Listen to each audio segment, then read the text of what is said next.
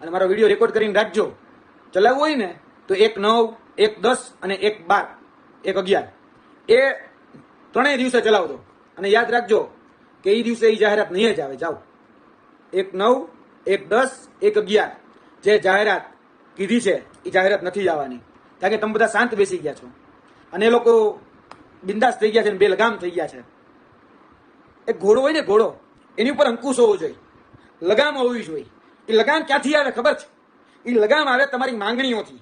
એ લગામ આવે સતત તમારી ઉઘરાણીઓથી. એ અધિકારીઓ ઉપર, એ નેતા ઉપર તમે લગામ બાંધીને રાખો છો ખરી, એ લગામ તમે રાખતા નથી.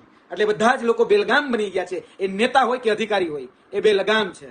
અને ક્યાંય કોઈને તમારી કશી જ ચિંતા નથી. તમને એમ હોય કે ફલાણા અધિકારીઓ મારી ચિંતા કરે છે, ફલાણા નેતાએ કહી દીધું એટલે આવી જશે, શિક્ષણ મંત્રી આમ કહી દીધું, શિક્ષણ અધિકારી આમ કહી દીધું, હવે ફાઇનલ જ છે, પેંડા વેચી નાખ્યા, ફૂલાલ કરી નાખ્યા. ખૂબ ખૂબ આભાર, તમે ખૂબ સારું કર્યું, અમારું વતીને તમારા પરિવારમાં ખૂબ શું કહેવાય શુભેચ્છાઓ આ બધું પાઠવી દીધું.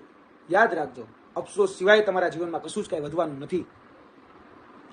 બીજી તારીખે મને યાદ કરજો. જો હું ખોટો હોય તો તમે કયો, હું આવવા તૈયાર. બરાબર?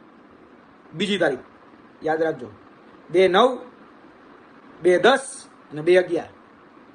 ત્યારે હું તમને આ વિડીયો રિપીટ કરજો કે યુવરાજભાઈ કહેતા હતા કે ભાઈ જે તે સમયે ઉઘરાણી કરવા હાલો, ઉઘરાણી કરો, લગામ રાખો, અંકુશ રાખો. બરાબર? આ ખરેખર જોઈ છે.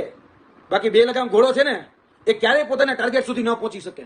બે લગામ ઘોડો, બે લગામ અધિકારી કે બે લગામ નેતા, એ ક્યારેય જે જીવનમાં ખરેખર બહુ મોટી મોટી સુફિયાની વાતો કરતો એને ખરેખર લગામ રાખવી પડશે. તમે નથી રાખતા, ભૂલ તમારી છે, એટલે ભોગવવાનું તમારે જ આવશે. એટલે ટેકટાકના ઉમેદવારો હજી પણ તમે સૂતા હોય તો જાગી જજો. બાકી દંભ કરતા હોય તો તમને મુબારક, મને કશું જ વાંધો નથી. અમે તો ગ્રાઉન્ડ ઉપર જ રહ્યા છીએ. હું જેલમાં ગયો છું. બરાબર? જેટલી વખત કદાચ તમને અટકાયત કરે કે ન કરે, એ દિવસે મારી તો અટકાયત હોય જ છે. અને મને યાદ છે આજથી 1 વર્ષ પહેલાનો એ દિવસ, 21 તારીખ ઓગસ્ટ મહિનો. ઓગસ્ટ કેનો મહિનો ખબર છે? ક્રાંતિનો મહિનો.